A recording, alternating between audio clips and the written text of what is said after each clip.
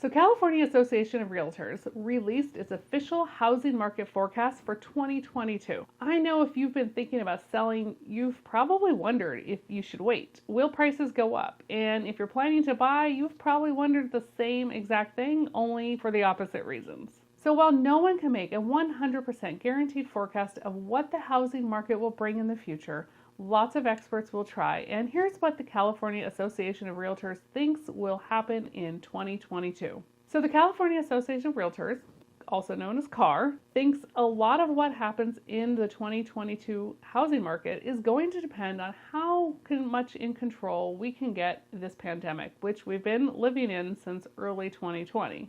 These three main things are what's expected. The first one, existing single-family home sales are forecasted to decline from 2021's numbers by 5.2%. 2.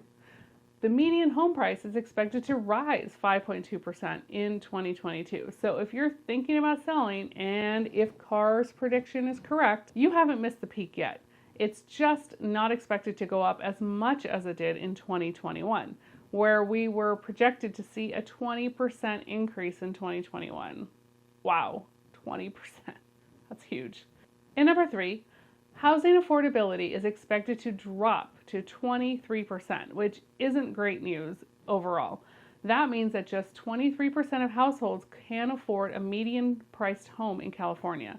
It's the lowest we've seen since 2015. So let's dive in a little deeper into these predictions. Lack of inventory is expected to drive up home prices in 2022. Just not as huge of an increase as we saw in 2021. That mass California exodus that's always talked about in the media hasn't yet impacted the California real estate market. Of course, some people have moved out of California, but with such low inventory the past couple of years and even more people staying put, it appears to have not had an impact at all on the California real estate market. Maybe it's still on the horizon. Who knows? Maybe sellers are trying to time the market to sell exactly at the top. Or maybe some of us are just die-hard Californians and we're not leaving no matter what happens. Who knows? Could be. So what is going to keep California's home prices from rising another 20% in 2022?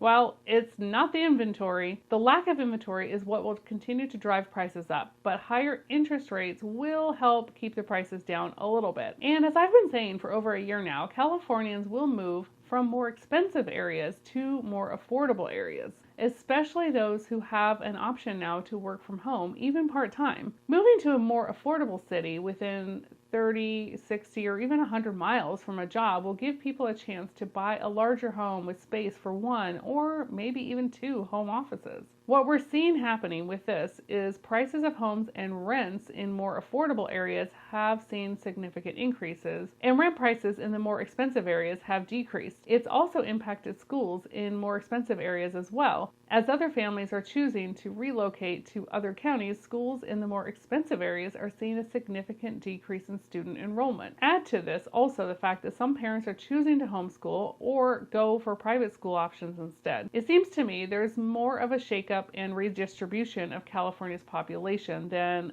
a total mass exodus. Personally, I don't think it's necessarily a bad thing.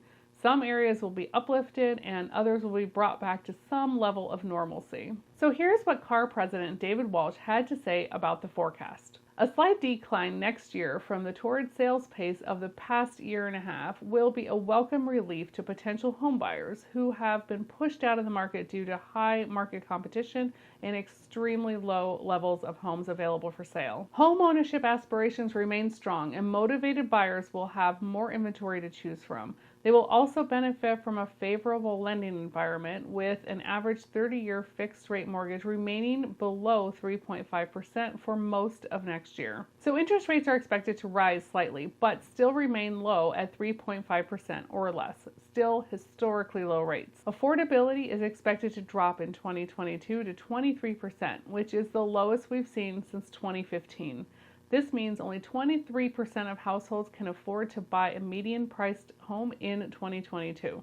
That's 9% less than in 2020. It's discouraging for anyone hoping to buy a home in the next year. If you're right on the edge of being able to afford to do so now, then buy something sooner rather than later. If this is you, I want to encourage you to stick to your plan, especially if you're a first-time home buyer, because paying rent is not going to become more affordable as the years go on. Historically, rents will rise, so if you're struggling to pay your rent now, imagine how hard it will be to pay when you're ready to stop working and retire. Having been the person who took over my grandmother's finances in her last few years of life, it gave me a very clear look at just how unaffordable it can be for a retired senior citizen living in California. She had just over $800 in monthly income, and she lived in Silicon Valley. So tell me, where in Silicon Valley or most of the Bay Area, anywhere in the Bay Area, could she have paid rent and had enough to cover other necessary living expenses on $800 a month in 2019 when she passed? If you guessed nowhere, you're right. But what she did have was a house that she and my grandfather bought in the 1950s that was paid for before she retired. She had lived very frugally all her life and had managed to save a little money for an emergency.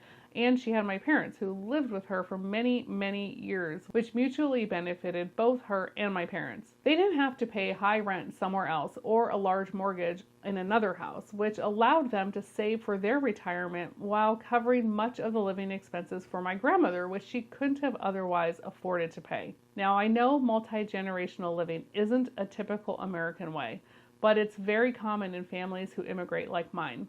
I'm a first-generation Italian on my dad's side and second-generation Mexican on my mom's. I really hope that the 23% of households forecasted to be able to afford to buy a house in 2022 take advantage of the opportunity, and that many more find a way to make it happen. When you buy a home, you get security of knowing your monthly housing costs aren't going to suddenly and drastically increase. I strongly believe that owning the home you live in is just the first step to financial security, and owning a cash-flowing rental property is truly life-changing. If you want to know how I went from buying one condo that I lived in to owning 9 cash-flowing rental units, be sure to subscribe to my channel. I'm planning to share my story in more detail in future videos. If I can do it, you can do it too.